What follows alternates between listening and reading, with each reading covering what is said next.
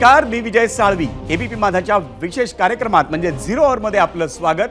राज्य विधानसभेची निवडणूक काल जाहीर होण्याची खोटी की महायुती आणि महाविकास आघाडीमधली जागा वाटपाची रस्सीखेच अधिक तीव्र झाल्याचं दिसू लागलंय.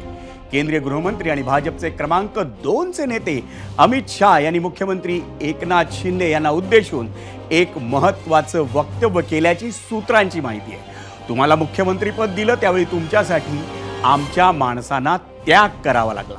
त्यामुळे विधानसभा निवडणुकीच्या जागा वाटपात शिंदेनी मित्र पक्षाला झुकतं माप द्यावं असं अमित शाह यांनी शिंदेना सुचवल्याचं कळतं. अमित शहांचं हे वक्तव्य म्हणजे शिंदेनी तिढा असलेल्या काही जागा भाजपसाठी सोडाव्यात यासाठीचं आवाहन होतं की दबाव तंत्र होतं, यावर आता राजकीय वर्तुळात उलटसुलट चर्चा सुरू आहे. महायुतीत जागा वाटपाची सर्वात मोठी संभाव्य अडचण म्हणजे तिन्ही घटक पक्षांना समाधान वाटेल इतक्या जागा प्रत्येक पक्षाला मिळणं. कारण 2019 साली युतीत शिवसेना आणि भाजप हे दोनच प्रमुख घटक पक्ष होते.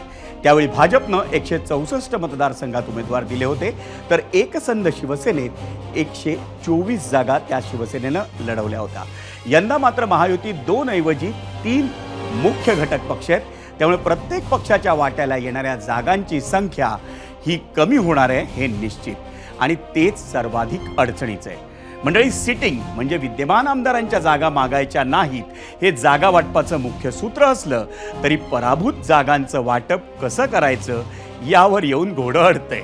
आता अमित शहांचा इशारा किंवा त्यांची सूचना मुख्यमंत्री एकनाथ शिंदे किती गांभीर्याने घेतात, तसंच लोकसभा निवडणुकीपाठोपाठ विधानसभा निवडणुकीसाठीही महायुतीच्या जागा वाटपाला उशीर होतो की जागा वाटपाची घोषणा ही वेळेत होते, याकडे राजकीय निरीक्षकांचं आता लक्ष लागलंय.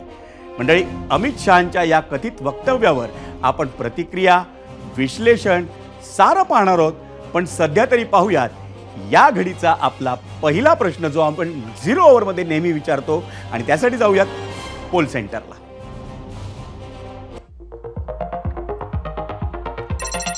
आजचा प्रश्न: तुम्हाला मुख्यमंत्री करण्यासाठी आमच्या लोकांनी त्याग केला. जागा वाटपाच्या चर्चेत अमित शहांचं हे वक्तव्य म्हणजे एकनाथ शिंदेंवर दबाव तंत्र आहे असं वाटतं का? होय आणि नाही असे 2 स्वाभाविक पर्याय आम्ही आपल्याला दिले होते.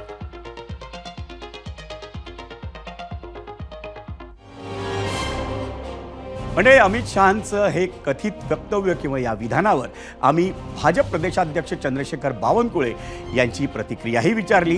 त्यावेळी त्यांनीही एकनाथ शिंदेंनी मन मोठं करून त्याग केला पाहिजे असं थेट वक्तव्य करून एक पाऊल पुढे उचललं. मुख्यमंत्री पद जे असतं ते प्रचंड या राज्याचा प्रमुख असतं. शेवटी सरकार मुख्यमंत्र्यांच्या नावानेच असतं, प्रधानमंत्र्यांच्या नावाने देशाची सरकार असतं. त्यामुळे एकनाथ शिंदे सरकार आहे. तर एकनाथ शिंदेजीचा आमचाही आग्रह असतो नेहमी की एकनाथजींना की थोडं आम्ही आता आमचे एवढे आमदार आहे, एवढा मोठा पक्ष आहे, एवढा पक्ष सांभाळायला लागतो, एवढी संघटना सांभाळायला लागतं. त्यांचाही त्याग आहे, आमचाही त्याग आहे. आता या त्यागाचा कोणाचा किती त्याग हे काही पॅरामीटर लावता येत नाही किंवा कॅल्क्युलेटरही लावता येत नाही.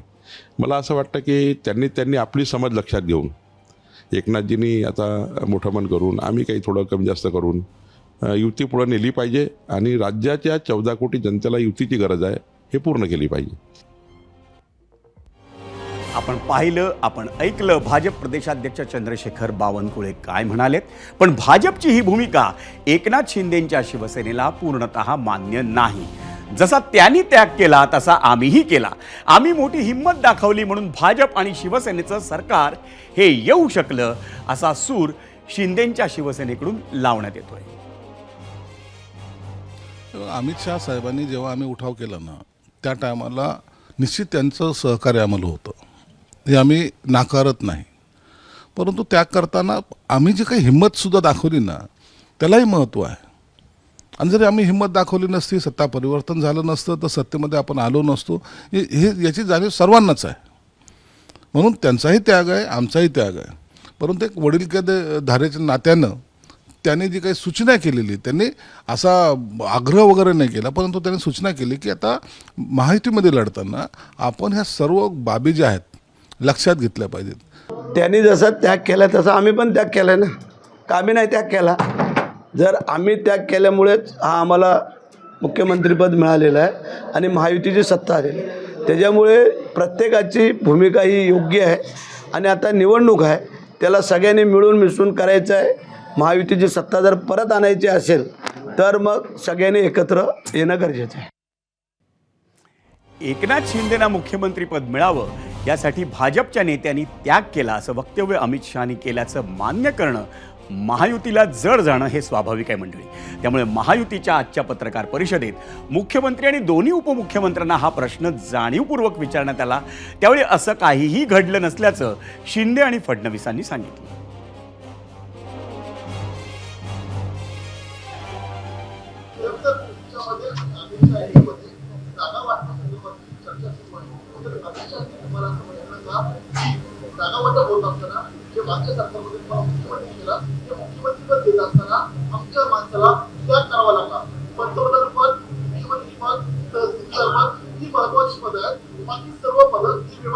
असं तुम्ही ऐकलं का कुठं? तुम्ही त्या बैठकीत होते का? अरे बाबा, हे असं कुठेही काही कोणी बोललेलं नाही आणि कोणी आम्ही ऐकलेलं नाही. एक मिनिट, बैठकीमध्ये आमच्याशिवाय दुसरा कोणी नाही आणि तुम्ही त्याच्यावर बातम्या करताय म्हणजे मला तर आश्चर्यच वाटतं. टेबल न्यूज आहे, टेबल न्यूज 100% असं कुठेही बोलणं नाही, काही म्हटलेलं नाही. तुम्ही आमच्यामध्येच हिंदी प्रश्न घेऊ. अभिषेक मंडळी, ही सारी घटना तुम्ही ऐकताय वेगवेगळ्या नेत्यांच्या तोंडून, पण अमित शहानी शिंदेना त्याग करायला सांगावं आणि त्यावर ठाकरे गटाचे खासदार संजय राऊत यांनी प्रतिक्रिया द्यायची नाही असं होऊच शकत नाही. अपेक्षेप्रमाणे आपल्या सकाळच्या पत्रकार परिषदेत राऊतांनी भाजप आणि शिंदेंच्या शिवसेनेवर तोंडसूक घेतलं आणि त्यांच्या या टीकेला भाजप आमदार नितेश राणे यांनी प्रत्युत्तरही दिलं. भारतीय जनता पक्षाला व त्यांच्या नेत्यांना त्याग, बलिदान हे शब्द अजिबात शोभत नाही. शरद पवार आणि माननीय उद्धव ठाकरे यांचे पक्ष, जे प्रादेशिक अस्मितेचे पक्ष आहेत, ते तोडणं आणि त्यासाठी त्यांनी आपल्या लोकांना काही दिवस जुळून घ्यायला सांगितलं. याला त्याग म्हणत नाही, याला स्वार्थ म्हणतात. आणि त्या माध्यमातून त्याने जी महाराष्ट्राची लूट केली त्याला काय त्याग म्हणणार? त्याची व्याख्या ही संजय राजाराम राऊतला कळणारच नाही. ते सगळंच सगळं ओरबडणारा आणि घरी आणणाऱ्या माणसाला, भ्रष्टाचारी माणसाला तरी त्याग काय असतो हे त्याला आयुष्यात कळणार नाही, म्हणून इकडे तिकडे तोंड घालत फिरतोय. आणि आता आपण पुन्हा वळूयात अमित शहांच्या त्या कथित वक्तव्याकडे, कारण त्याच्याशीच निगडीत होता आपला आजचा पहिला प्रश्न आणि त्यावर एबीपी माझाच्या प्रेक्षकांनी सोशल मीडियावर काय प्रतिक्रिया दिल्यात आपण त्याही पाहायच्या. त्यासाठी जाऊयात मीडिया सेंटरला. आजचा प्रश्न, तुम्हाला मुख्यमंत्री करण्यासाठी आमच्या लोकांनी त्याग केला. जागा वाटपाच्या चर्चेत अमित शहांचं हे वक्तव्य म्हणजे एकनाथ शिंदेंवर दबावतंत्र वाटतं का? होय आणि नाही असे दोन पर्याय होते.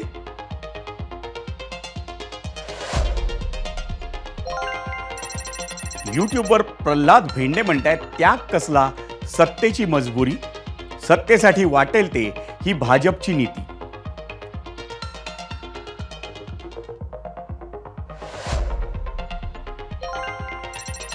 यूट्यूबवरच शेखर कराळे म्हणतायत, आता त्यांना शिंदेंची गरज नाहीये, जास्त जागा लढून मुख्यमंत्री त्यांचाच बसवणार. शिंदे आतापर्यंत फ्री हिट खेळलेत, आता शिंदेना दुसऱ्याला स्ट्राईक द्यावी लागणार, नाहीतर विकेट जाईल.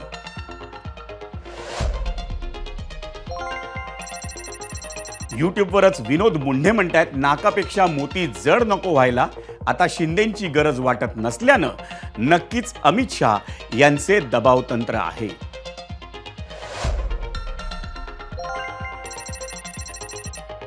सोमनाथ गवळी यूट्यूबवरच म्हणतायत, अमित शहा जे म्हणाले ते 100% सत्य आहे.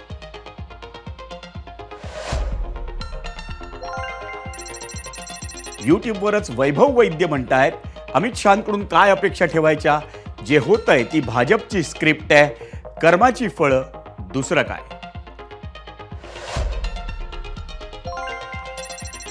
फेसबुकवर उल्हास राऊत म्हणतायत शहानी आधीच सांगितले होते 2029मध्ये भाजपा स्वतंत्र लढेल, युती असणार नाही, त्यावेळीच सावध व्हायला हवं होतं.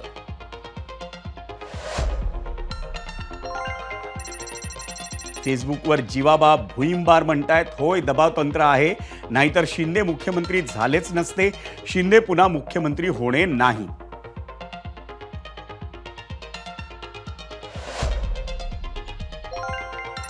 फेसबुकवरच विकास बोरसे म्हणतायत होय 100% दबाव असणारच आणि आता शहांच्या इशाऱ्यावरच चालावं लागेल.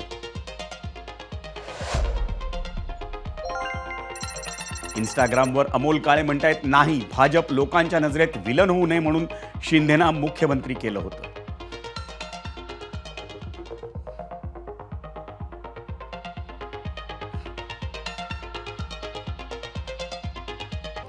अभय, स्वागत आहे एबीपी माझाच्या या विशेष कार्यक्रमात ज्याचं नाव आहे 0 आवर. अभय, हे सगळं अमित शहांच्या विधानाविषयी जी चर्चा सुरू आहे की त्यांनी शिंदेना सांगितलं की भाजपनं तुम्हाला मुख्यमंत्री पद देताना त्याग केला होता, तर या सगळ्याचा राजकीय अर्थ नेमका आता कसा घ्यायचा? नाही विजय, असं आहे की त्या बैठकीला जे उपस्थित होते त्या तिन्ही लोकांनी याचा इन्कार केला आहे. तरी पण हे असं वक्तव्य त्यांनी केलं असेल असं गृहीत धरलं तर मला वाटतं की आघाडीच्या राजकारणामध्ये त्याग हा अध्यारूतच असतो. म्हणजे जेव्हा तुम्ही 100% आपली सत्ता असावी अशी प्रत्येक राजकीय पक्षाची इच्छा असते, परंतु आघाडीच्या राजकारणासाठी त्यांना त्यांच्या स्वप्नाचा त्याग करावा लागतो. कधी कधी वेगळी राजकीय समीकरणं मांडताना आपल्या विचारधारेचा काही वेळा त्याग करावा लागतो आणि किमान समान कार्यक्रम ठरवावा लागतो. त्याच्यामुळे आघाड्यांचं राजकारण जेव्हा येतं तेव्हा त्याग हा शब्द त्याच्यात अध्यारूतच असतो. आता या संदर्भात समजा जर असं वक्तव्य झालं असेल असं गृहीत धरलं तर मला वाटतं की निश्चितपणे भाजपाचा जागा वाटपाचा तर पेच असणारच आहे. सिटिंग गेटिंग या तत्वाने जरी विचार केला आपण तरी पण जास्ती निवडून येण्याची क्षमता कुठल्या पक्षाकडे आहे, तशी क्षमता असलेला उमेदवार कुठल्या पक्षाकडे आहे, हे जेव्हा बघून ठरवलं जातं तेव्हाही काही मतदारसंघाबद्दलचा वाद निर्माण होऊ शकतो. आणि त्या संदर्भात मी एकमेकांना सांगताना की तुम्ही समजून घ्या, त्याग करा, अशा गोष्टी होऊ शकतात. पण याच्यातून फार मोठी काही उलथापालथ किंवा त्याची चर्चा याच्यातून अभिप्रेत आहे असं मला वाटत नाही. मुळात असं वक्तव्य झालं की नाही ते पण माहीत नाही, परंतु आघाडीच्या राजकारणाचा त्याग हा एक अध्यारूत भाग आहे एवढं नक्की. अभय, आपण अनेक वर्ष राजकीय पत्रकारितेत आहात, अशा गोष्टी उघडपणे कोणी सांगत नाही. शेवटी तुमच्यासारखे अनेक रिपोर्टर असतात, त्यांच्या माध्यमातून, नेत्यांच्या माध्यमातून सूत्रांची माहिती ही आपल्यापर्यंत पोचत असते. पण या जर वक्तव्याकडे आपण पाहायचं तर गेल्या महायुतीच्या बैठकांपासून आपण पाहतोय प्रत्येक प्रश्नावर तोडगा कोण काढणार तर अमित शहा काढणार, महाराष्ट्रात वारंवार येणार कोण तर अमित शहा येणार. तर हे सगळं लक्षात घेता या 3 नेत्यांवर म्हणजे 3 प्रमुख नेत्यांवर वरती जो सुपर पॉवर कोणी आहे तर अमित शहा आहेत. त्यामुळे हे अमित शहांचं दबावतंत्र मानायचं, इशारा मानायचा का मैत्रीपूर्ण सल्ला मानायचा? नाही, मध्यस्थी करण्यासाठी किंवा अंतिम तोडगा काढण्यासाठी एखाद्या ज्येष्ठ नेत्यांची मदत घ्यावीच लागते कुठल्याही राजकीय पक्षाला. जेव्हा कुठला तिढा, विशेषतः जागा वाटपाच्या बाबतीतला तिढा स्थानिक पातळीवर सुटत नाही तेव्हा स्वाभाविकच मग अशा वेळेस वरिष्ठ नेत्यांची मदत घेतली जाते. अनेकदा आपण असं बघतो की 3 लोकांच्या अनेक उमेदवार असतात आणि 3 लोकांची पॅनल बघून आपण ते पक्षश्रेष्ठीकडे पाठवलं जातात की या संदर्भात तुम्हीच निर्णय घ्यावा म्हणून. तशी काही भूमिका या संदर्भात पक्षाच्या नेत्यांना घ्यावी लागते. त्यामुळे मला वाटतं की या जागा वाटपाचा तिढा सोडवताना अमित शहा यांचा रोल महत्त्वाचा असणार आहे.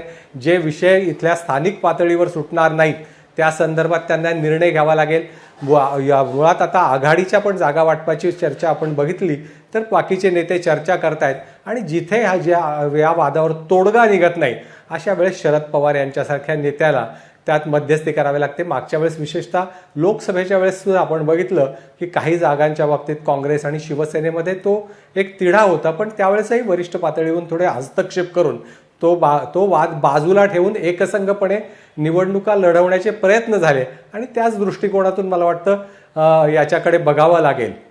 विजय, अभय, ही खरं तर कालपासून बातमी सुरू आहे, पण आपण त्याच्या आधी जर बघितलं, अमित शहांच्या मुंबई दौऱ्यात त्यांनी पदाधिकाऱ्यांचा जो मेळावा घेतला होता आणि पंखामध्ये बळ भरलं त्यांनी पदाधिकाऱ्यांच्या, त्यावेळी त्यांचं एक वाक्य होतं, 2024 साली महायुतीचं सरकार, पण 2029 साली भाजपचं स्वबळावर सरकार आणायचा आपल्याला प्रयत्न करायचा आहे. ही त्याची सुरुवात मानायची? नाही, शतप्रतिशत त्यांचं स्वप्न आहेच. म्हणजे मुळात त्यांनी त्यागाची सुरुवात स्वतःकडून केली असं म्हणायला हरकत नाही. कारण ते 2024 संदर्भात त्यांनी स्वतःच त्यागाची तयारी दर्शवलेली दिसते या निमित्ताने. कारण ते 2029चं बोलतायत. तर आत्ताचं सरकार आपलं एकट्याचं नसेल तर आपण मिळून आणतोय असं करून कार्यकर्त्यांनाही शेवटी असं असतं की सगळ्या कार्यकर्त्यांना, कुठल्याही पक्षाच्या कार्यकर्त्यांना आघाडीचा मध्ये लढावं असं वाटत नाही. कारण प्रत्येक ठिकाणच्या प्रत्येक मतदारसंघामध्ये तुमचे इच्छुक असतात. अशा वेळी त्यांना एकत्र ठेवणं आणि पुढच्या काही गोष्टींची पुढची स्वप्न दाखवणं, या मला वाटतं की हे नेत्यांचं काम असतं. आणि त्याच पद्धतीने मला वाटतं की त्या वाक्याकडे बघावं लागेल. आत्ता तरी त्यांनी आपल्याला आघाडीत लढायचं आहे, हाच संदेश आपल्या कार्यकर्त्यालाही या वाक्यातून दिलेला आहे असं म्हणावं लागेल. विजय, अभय, आज एक महायुतीची पत्रकार परिषद झाली. त्यावेळी हा प्रश्न सगळ्यांनाच विचारण्यात आला होता. दोघांनी, म्हणजे मुख्यमंत्री असतील किंवा उपमुख्यमंत्री देवेंद्र फडणवीस असतील, यांनी याचा इन्कार केला. पण त्याच वेळेला अजितदादा टेबल न्यूज करून माईकवर सांगत होते. तर या घटनेकडे आपण कसं पाहायचं? नाही, एक निश्चित आहे की इन्कार करण्याच्या बाबतीत तरी त्यांच्यात ते कुठे मतभेद आहेत असं दिसलं नाही. एक स्वाभाविकच आहे, तिन्ही राजकारणातले मुरब्बी नेते आहेत. त्याच्यामुळे हा प्रश्न येणार याची त्यांना पूर्वकल्पना असणारच. त्यामुळेच आपली एकसुरात त्यांनी उत्तर दिलेलं आहे आणि कदाचित ती वस्तुस्थिती पण असेल.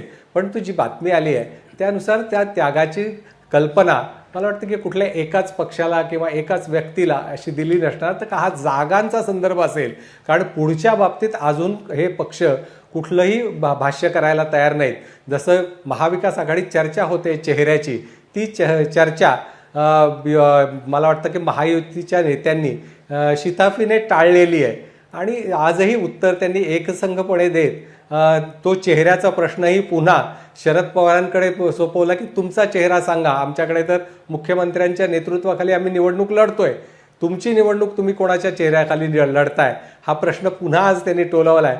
असे अनेक प्रश्न आता पुढच्या काळामध्ये एकमेकाकडे टोलवताना आपल्याला दिसतील. त्यातलाच हा एक भाग म्हणावा लागेल की महाविकास आघाडीत काँग्रेस आणि उद्धव ठाकरे यांच्यामधल्या स्पर्धेमुळे हा प्रश्न सातत्यानं विचारण्यात येतोय. राष्ट्रवादी काँग्रेस, म्हणजे शरद पवारांच्या राष्ट्रवादी काँग्रेसनं त्या स्पर्धेतनं आधीच माघारी घेतलेली आहे.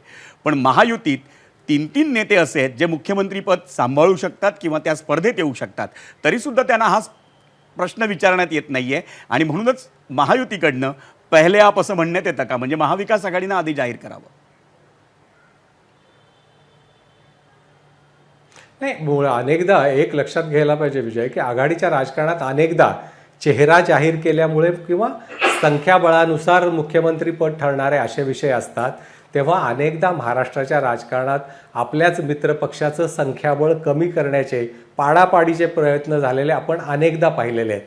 म्हणजे त्यामुळे म्हणजे भाजपाने हा आरोप केला होता की 2019ला शिवसेनेला, मागे काँग्रेस राष्ट्रवादीमध्येही या संदर्भात एकदा चर्चा झाली की इव्हन 95 नंतर 99ला ज्यावेळेस शिवसेना भाजप सरकार त्यावेळेसचं निवडणुकीला सामोरं गेलं तेव्हाही शिवसेनेकडून असा आरोप झाला होता की भाजपाकडून या संदर्भात काही झालं. त्यामुळे निश्चितपणे निवडणुकीला सामोरं जाताना आधीच चेहरा जाहीर करून पाडापाडीचं राजकारण होणार नाही किंवा एखादा नेता जाहीर केल्यामुळे अन्य पक्षाच्या कार्यकर्त्यांची उमेद कमी होणार नाही याची काळजी राजकीय पक्ष घेत असतात.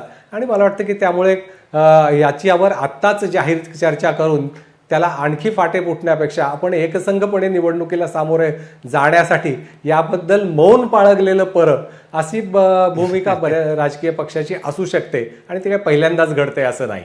विजय, धन्यवाद अभय, आपण ही सविस्तर चर्चा केलीत आणि आपलं मत मांडलं त्याबद्दल.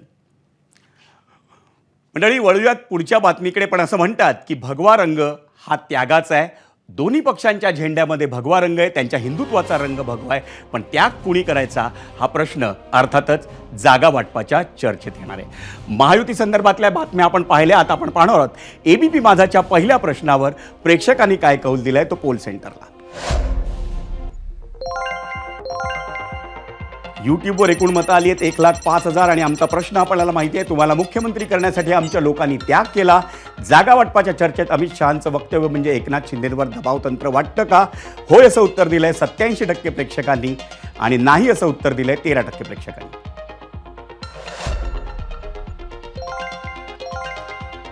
एक्सवर याच प्रश्नावरचा प्रेक्षकांनी दिलेला कौल आपण पाहतोय. 82% म्हणतायत एकनाथ शिंदेंवरचं हे दबावतंत्र आहे, होय, आणि नाही म्हणतायत 18% प्रेक्षक. इंस्टाग्रामवर त्याच प्रश्नाला काय कौल येतोय तो आपण पाहतोय. 80% नागरिक म्हणतायत होय आणि 20% नागरिक म्हणतायत नाही.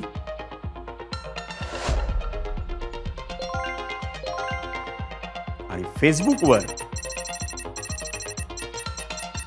56% नागरिक म्हणतायत होय, पण 44% नागरिक म्हणतायत नाही. एबीपी माझा, उघडा डोळे बघा नीट.